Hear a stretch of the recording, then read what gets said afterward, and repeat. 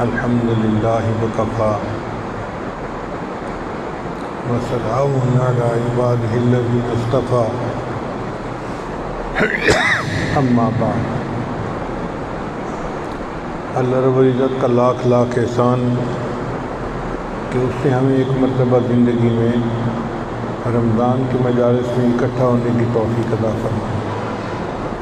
ہم اللہ تعالیٰ کا جتنا شکر ادا کریں کم ہے۔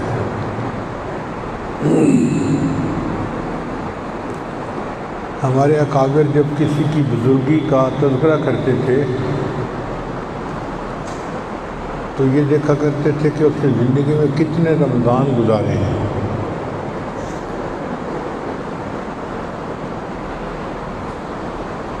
یعنی ان کے نزدیک اس بندے نے زندگی کے اتنے رمضان گزارے، یہ بزرگی کا ایک معیار ہوتا تھا۔ اور پھر رمضان مبارک کا بھی آخری عشرہ جو جہنم سے بری ہونے کا عشرہ ہے، تو اللہ تعالیٰ کی رحمتوں کی بے انتہا بارش ہے۔ ہم آج رات کی مجلس میں سورہ قصص کی تفسیر پڑھیں گے۔ قصص کہتے ہیں قصے کی جمع کو، کئی ساری کہانیاں۔ اس صورت میں اللہ تعالیٰ نے کئی قصوں کو جمع کر دیا۔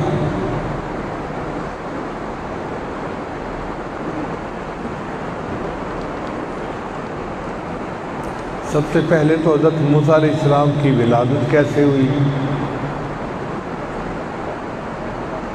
پھر موسیٰ علیہ السلام کو اللہ تعالیٰ نے نبوت کیسے عطا فرمائی، پھر موسیٰ علیہ السلام کو اللہ تعالیٰ نے فرعون کے پاس بھیجا تو کیا معاملہ بنا، پوری تفصیل ہے۔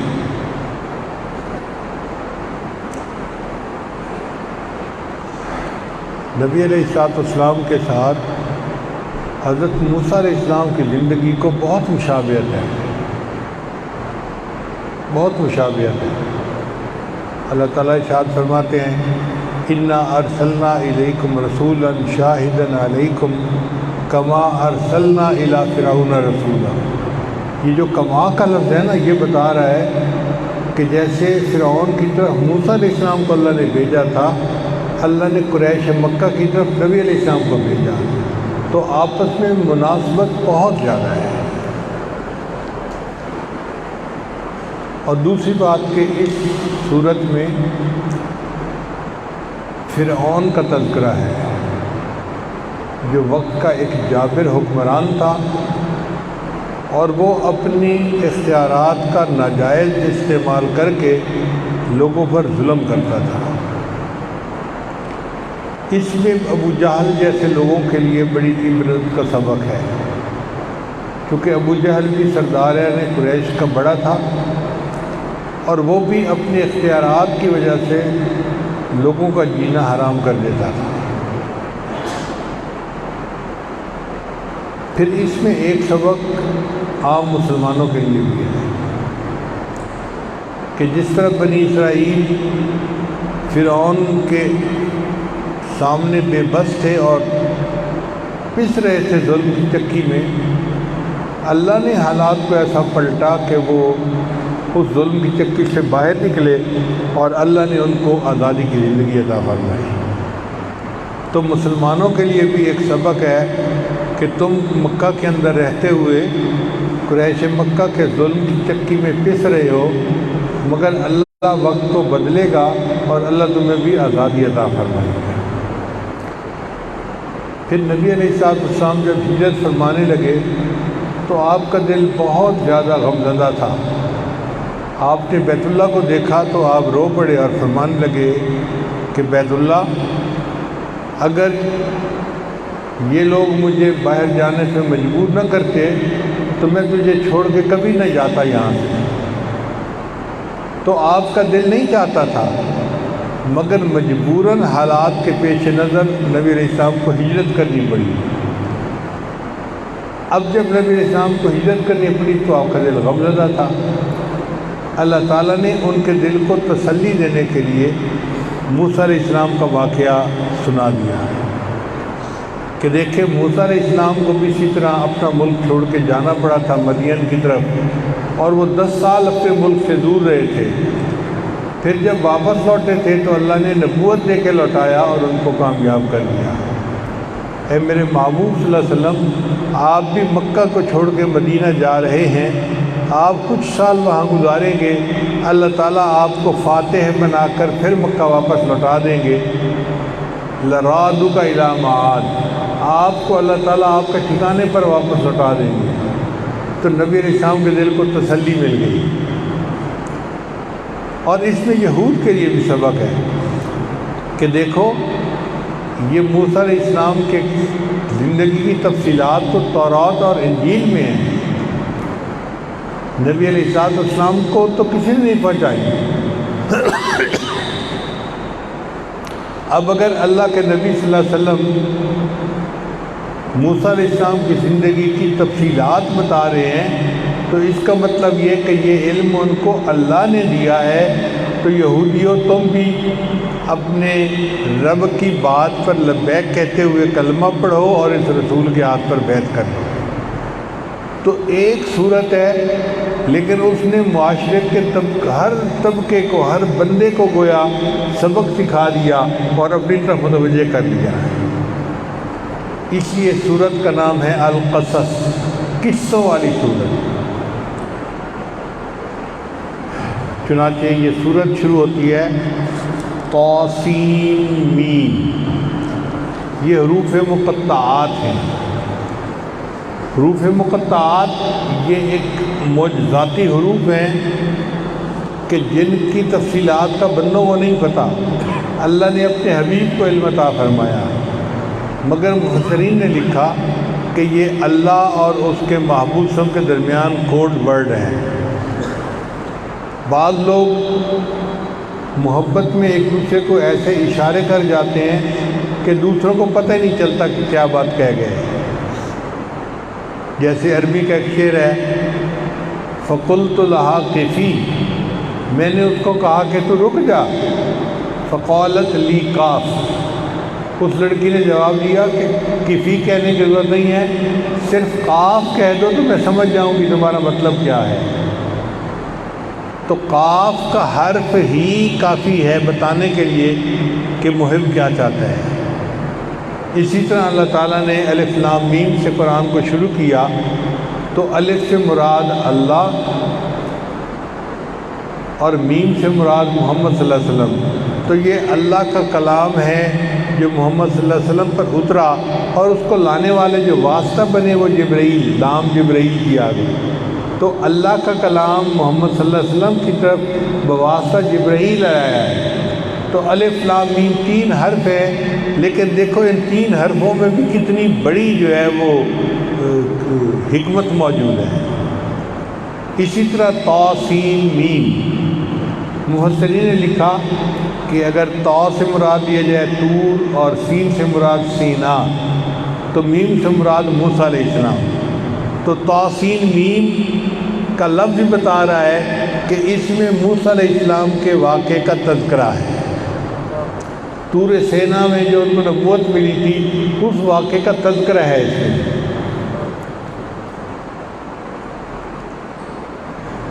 ایک نقطہ مفسرین نے اور بھی لکھا ہے، طا کا جو حرف ہے نا، آپ دیکھیں تو جیسے سانپ ہوتا ہے نا، نیچے بیٹھا ہوتا ہے اور اوپر اس نے یوں کنڈلی کی ہوتی ہے، تو سانپ کی شکل طا کے حرف سے ملتی جلتی ہے۔ تو قرآن کی جس صورت میں بھی طا کا حرف شروع میں آیا ہے حروف مقطعات میں، اس میں موسیٰ علیہ السلام کے سانپ کا ضرور تذکرہ ہے۔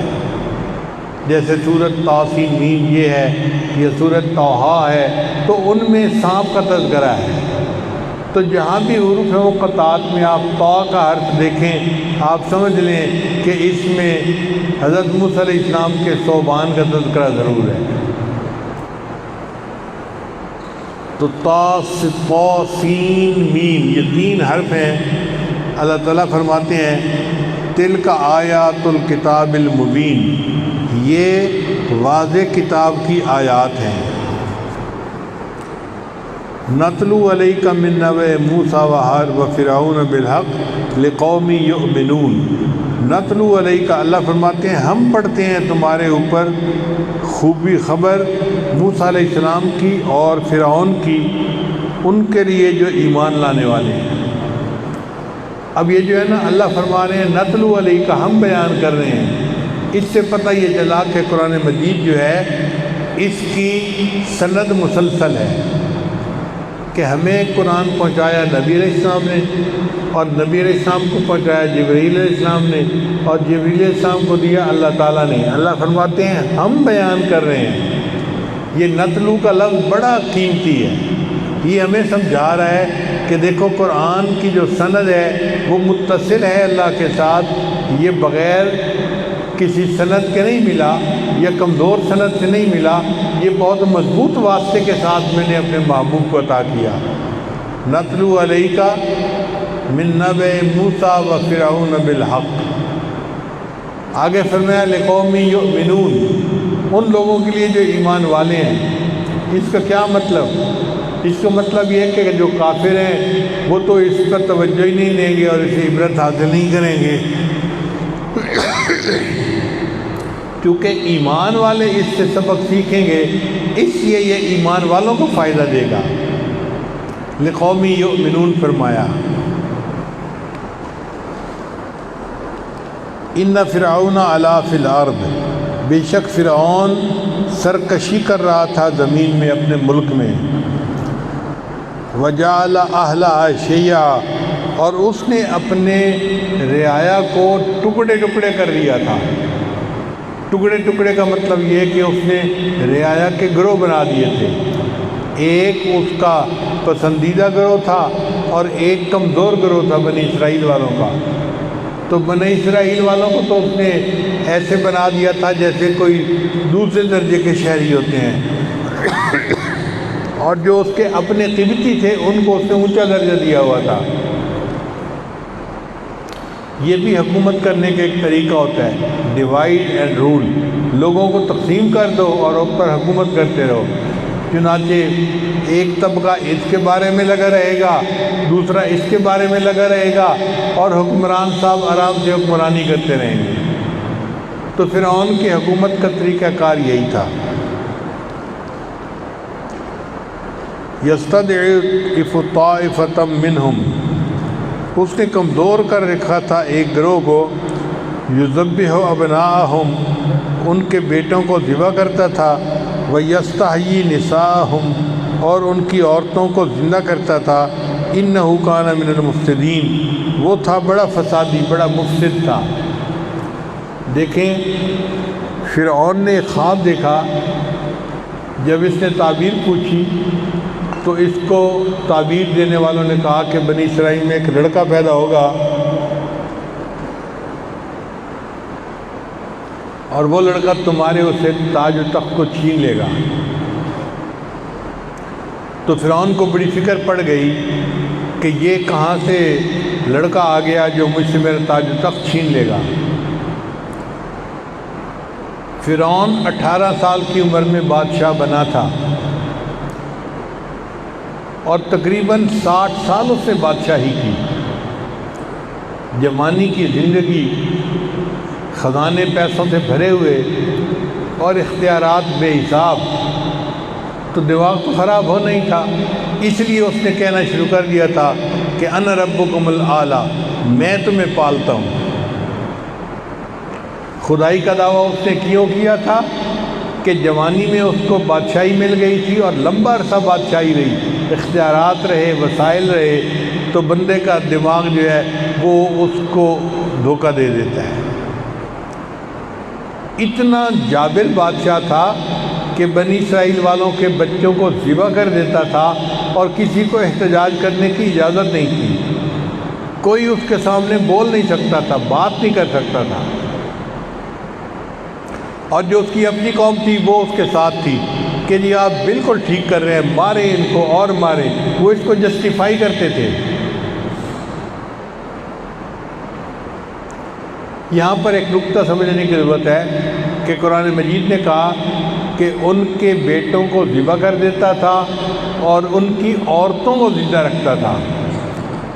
حقیقت یہ تھی کہ وہ بیٹیوں کو زندہ رہنے دیتا تھا اور بیٹوں کو ذبح کر دیتا تھا، مگر قرآن مجید کی یہ گہرائی ہے کہ بچے کو اگر ذبح کرنے کا نام لیا جائے نا تو بندے کا خون کھولتا ہے کہ ہم پر کتنا ظلم ہو رہا ہے۔ اصل میں بنی اسرائیل والوں کو غیرت دلانی تھی کہ دیکھو وہ تمہارے بچوں کو ذبح کرتا تھا تو بچوں کا نام لیا گیا، اور اگر کہتے نا کہ تمہاری بچیوں کو زندہ کر دیتا تھا تو اس سے ان کی غیرت نہ بھڑکتی۔ وہ تمہاری عورتوں کو زندہ رکھتا تھا، جب عورت کا نام آ جائے تو پھر بندے کی غیرت جاگتی ہے، ہماری عورتوں کے ساتھ زیادتی کیوں ہو رہی ہے۔ تو اس لیے قرآن مجید نے کہا کہ بچوں کو زندہ رکھتا تھا اور بچوں کو مار دیتا تھا، عورتوں کو زندہ رکھتا تھا۔ انہ کان من المفسدین، وہ تھا بڑے فساد بچانے والوں میں سے۔ ونرید، اور ہم نے ارادہ کیا، ان نمن علی الذین استضعفوا فی الارض، کہ ہم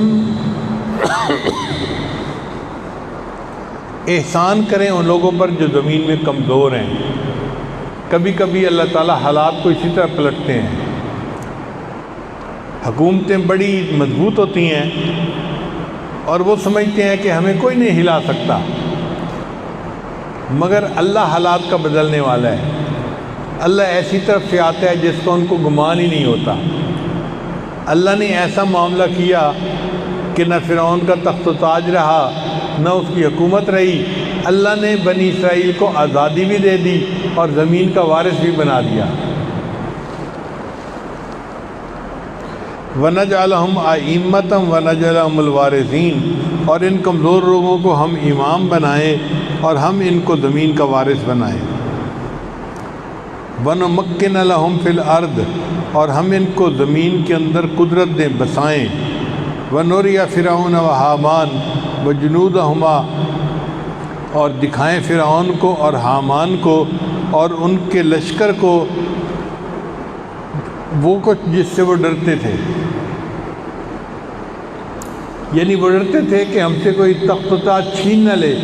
اللہ فرماتے ہیں ہم نے ارادہ کر لیا، ہم ان کو دکھا کر رہیں گے کہ دیکھو تم سے تخت و تاج کیسے چھینا جاتا ہے۔ یہ تو سورت کے شروع میں تمہید وادی گئی۔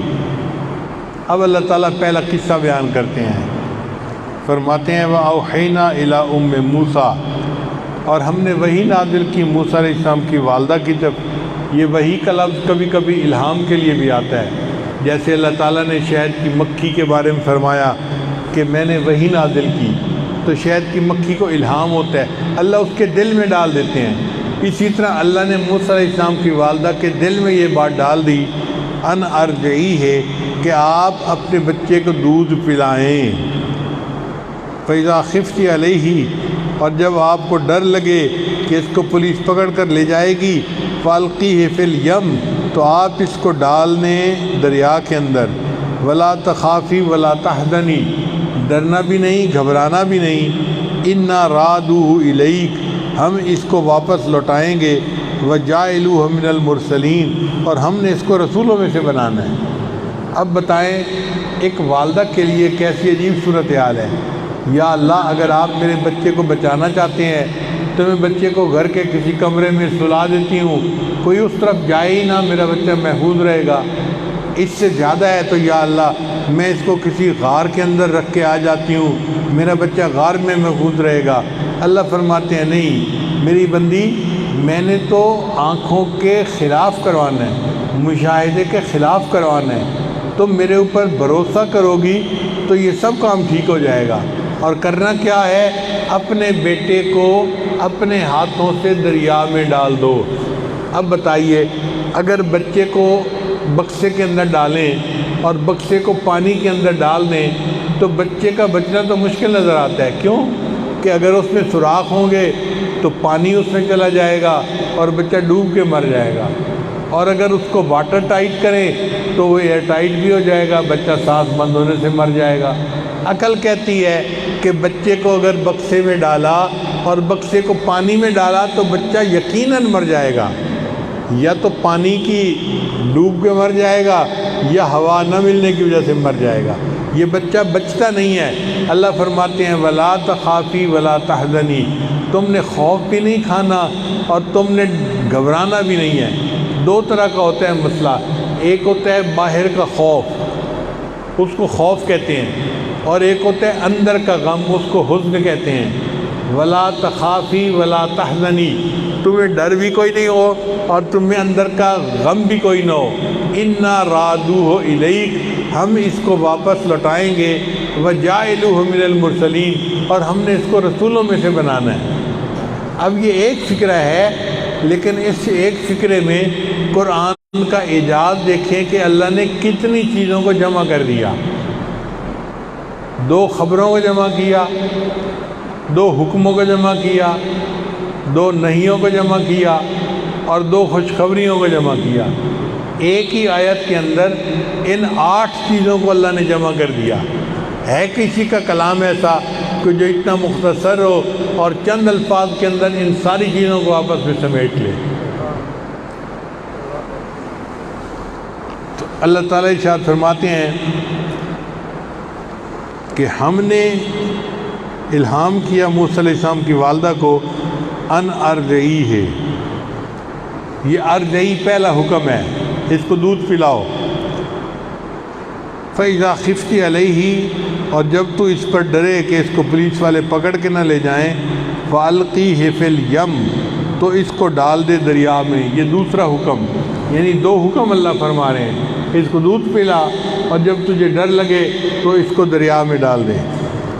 وَلَا تَخَافِي وَلَا تَحْزَنِي، تو نے ڈرنا بھی نہیں اور تو نے گھبرانا بھی نہیں، 2 چیزوں میں منع بھی کر دیا۔ اِنَّا رَادُوهُ إِلَيْكَ، ہم اس کو واپس لوٹائیں گے، یہ ایک خوشخبری۔ وَجَاعِلُوهُ مِنَ الْمُرْسَلِينَ، اور ہم نے تو اس کو رسولوں میں سے بنانا ہے۔ تو دیکھو 2 خبریں ہیں، 2 حکم ہیں، جو منیات ہیں اور 2 خوشخبری ہیں۔ فکرہ ایک ہی ہے۔ ایک فکرے کے اندر گہرائی دیکھیے قرآن مجید کے کتنی ہے۔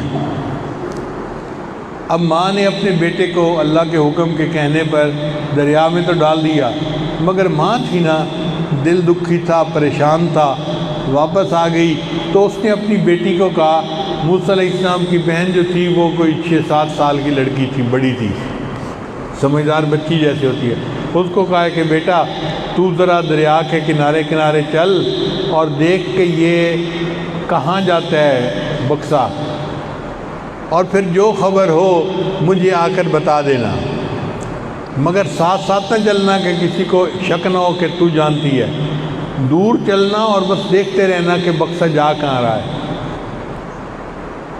چنانچہ دریا نے اس بکسے کو کنارے کے اوپر لا کے ڈال دیا۔ فرعون اپنی بیوی کے ساتھ دریا کے کنارے موجود تھا۔ اس کے جو کارندے تھے انہوں نے بکسے کو دیکھا تو انہوں نے بکسے کو اٹھایا تو محسوس ہوا کہ اندر تو کوئی وزنی چیز ہے، تو وہ اٹھا کے لے آئے فرعون کو دکھانے کے لیے۔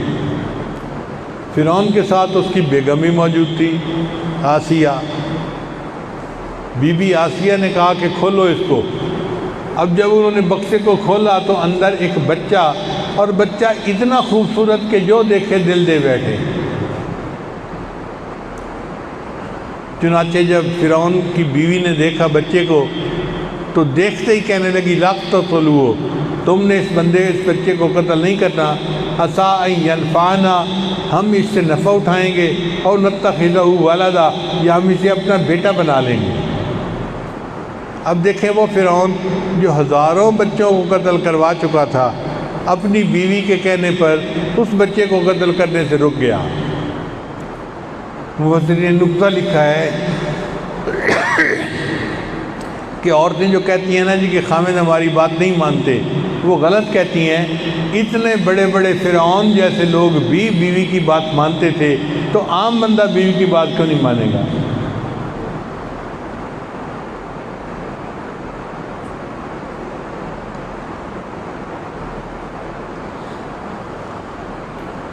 اب فرعون کے ذہن میں ایک بات آئی کہ کہ جب ہم اس کو بیٹا بنا لیں گے اور یہ میرے محل میں پلے گا تو یہ تو میرا شکر گزار بنے گا، احسان مند ہوگا، یہ مجھ سے تاج و تخت کیوں چھینے گا؟ لہذا اس نے فیصلہ کر لیا کہ ہم اس کو اپنا بیٹا بنا لیتے ہیں، اور خوشی کا اظہار کر دیا۔ خوشی کا اظہار اتنا کیا کہ اس کے ارد گرد 800 بندے پہرا دینے والے تھے، یعنی فرعون کے جو سیکورٹی گارڈ تھے ان کی تعداد 800 تھی۔ اس نے ان 800 غلاموں کو آزاد کر دیا خوشی میں۔ مفسرین نے یہاں ایک نقطہ لکھا ہے کہ اللہ والے جہاں جاتے ہیں انسان کے لیے غلامی سے نجات کا ذریعہ بن جاتے ہیں۔ یہ موسیٰ علیہ السلام بچے تھے، یہ فرعون کے ہاتھوں میں پہنچے اور اللہ نے 800 بندوں کو غلامی سے نجات عطا فرما دی۔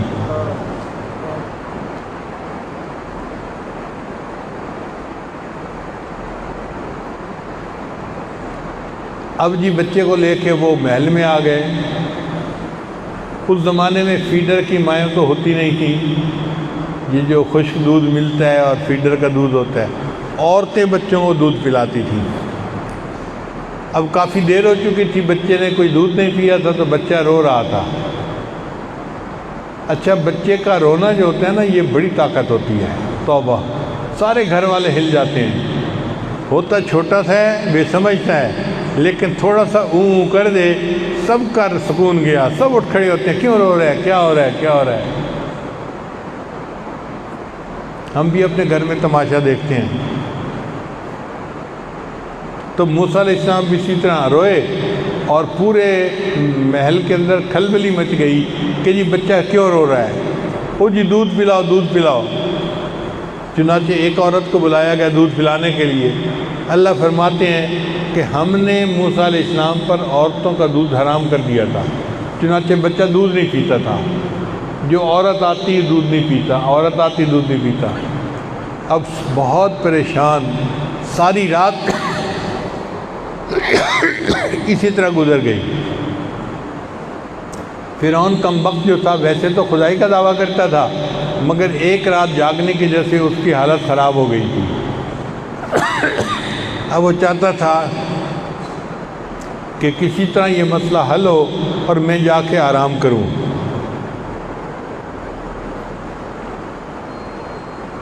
اتنے میں صبح بھی ہو گئی۔ اب جب صبح ہوئی تو موسیٰ علیہ السلام کی جو والدہ تھی نا، اس کا دل اور مغموم کہ رات گزر چکی ہے، پتہ نہیں میرا بیٹا اس کے ساتھ کیا ہوا ہوگا۔ اللہ فرماتے ہیں کہ اگر ہم اس کے دل کو گرا نہ دیتے تو وہ تو اپنا راز کھول دیتی، وہ تو رو پڑتی اور لوگوں کو پتہ چل جاتا کہ اس کا بچہ ہے جو وہاں پہنچا ہے۔ ہم نے اس کے دل کو گرا دے دی، سہارا دے دیا، تسلی دے دی، چنانچہ اس کی والدہ روئی نہیں۔ اس نے اپنی بیٹی کو بلایا اور کہا کہ بیٹی جا اور اپنے بھائی کا پتہ کر کے آ۔ اب بہن جو تھی وہ آئی فرعون کے محل میں تو اس نے عجیب تماشا دیکھا، بچہ رو رہا ہے اور کسی کا دودھ قبول نہیں کرتا۔ اب باتیں چل رہی تھی کہ کیا کریں، کس کو بلائیں؟ تو اس لڑکی نے کہا حل ادلکم علی اہل بیت یکفلونہ لکم وہم لہ ناصحون، میں تمہیں گھر والوں کے بارے میں بتاؤں کہ وہ اس کو دودھ پلائیں گے اور اس کا بڑا خیال رکھیں گے۔ اب ان لوگوں کو شک تو پڑا کہ یہ کیوں کہہ رہی ہے کہ اس کا بڑا خیال رکھیں گے، تو انہوں نے پکڑا، یہ لڑکی تو کیوں کہتی ہے بڑا خیال رکھیں گے؟ وہ بھی سمجھدار تھی، موسیٰ علیہ السلام کی بہن تھی، کہنے لگے جی ہم رعایا ہیں، ہم اگر بادشاہ کے کام کا خیال نہیں کریں گے تو کون خیال کرے گا؟ ان کا ہاں ٹھیک ہے چلو بلاؤ۔ موسیٰ علیہ السلام کی بہن دوڑی ہوئی آئی، اماں چلو بھائی دودھ نہیں کسی کا پی رہا، آپ اس کو دودھ پلائیں۔ اب موسیٰ علیہ السلام کی والدہ VIP مہمان بن کے فرعون کے محل میں آئی۔ انہوں نے بچے کو جیسے ہی دودھ پلانا شروع کیا تو بچے نے دودھ قبول کر لیا۔ اب جب بچے نے دودھ قبول کر لیا تو سارے محل میں خوشی ہو گئی کہ جی بچے نے دودھ پی لیا پی لیا پی لیا۔ فرعون نے کہا اچھا اس عورت کو دودھ پلائے اور میں تو سونے جا رہا ہوں، اور جب تک میں اٹھ کے تازہ دم واپس نہیں آ جاتا اس کو جانے نہیں دینا۔ لو جی فرعون تو نیند پوری کرنے چلا گیا۔ موسیٰ علیہ السلام کی والدہ نے اپنے بچے کو دودھ پلایا۔ دودھ پلانے کے بعد انہوں نے آسیہ کو کہا، ملکہ کو، کہ بھئی مجھے تو گھر جانا ہے، میرے اور بھی بچے ہیں، میرا خامد ہے، میرا گھر ہے، اپنا گھونسلہ اپنا کچا ہو یا پکا، مجھے تو جانا ہے۔ اب فرعون اٹھا، اس کو بتایا گیا جی کہ ایک عورت کا دودھ بچے نے لے تو لیا ہے، لیکن عورت یہاں محل میں ٹکنے کے لیے تیار نہیں ہے۔ تو فرعون نے فیصلہ کیا، اچھا عورت کو کہو کہ ہمارا بچہ اپنے گھر لے جائے، اس کو وہیں پہ دودھ پلائے، میں مہینے کی تنخواہ اس کو گھر میں پہنچا دیا کروں گا۔ اللہ تعالیٰ فرماتے ہیں فَرَدَدْنَاهُ إِلَىٰ أُمِّهِ، ہم نے لوٹا دیا موسیٰ علیہ السلام کو اس کی ماں کے پاس، کئی تقر عینها ولا تحزن، تاکہ اس کی آنکھیں ٹھنڈی ہوں اور وہ غمزدہ نہ ہو، وَلِتَعْلَمْ، اور وہ جان لے ان وعد اللہ حق، کہ اللہ کے وعدے سچے ہوتے ہیں، وَلَٰكِنَّ أَكْثَرَهُمْ لَا يَعْلَمُونَ، اور اکثر اس بات کو لوگ نہیں سمجھتے۔ تو دیکھو موسیٰ علیہ السلام نے بھروسہ کیا اللہ کے وعدے پر، اور اللہ نے اپنے وعدے کو پورا کر دکھایا۔ بالکل اسی طرح نبی علیہ السلام نے بھروسہ کیا اللہ کے وعدے پر، اللہ نے ان کو 10 سال کے لیے مکہ سے مدینہ ہجرت کروائی، اور بالآخر فاتح مکہ بنا کر اللہ نے ان کو دوبارہ مکہ عطا فرما دیا۔ تو یہاں سبق ملتا ہے ہمارے لیے کہ ہم اللہ کے وعدوں پر بھروسہ کریں، اور جو اللہ نے حکم دیا ہے اس کو کرتے چلیں۔ اللہ اپنے وعدوں کو پورا کر دکھاتا ہے۔ الحمدللہ وحدہ، سب تعریف اس اللہ کے لیے ہے، نصر عبدہ، جس نے اپنے بندے کی مدد کی، وحزم الاحزاب وحدہ، اور اس ایک اللہ نے سب کو شکست عطا فرما دی۔ جب نبی علیہ السلام مکہ مکرمہ آئے تو آپ صلی اللہ علیہ وسلم نے اس وقت یہ الفاظ کہے تھے۔ تو اللہ کے وعدوں پر بھروسہ کریں، اللہ کے وعدے ہمیشہ سچے ہوتے ہیں، اور اللہ ان کو پورا کر دکھاتا ہے۔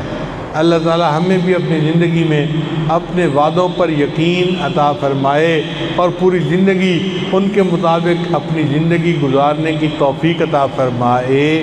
وآخر دعوانا ان الحمد للہ رب العالمین۔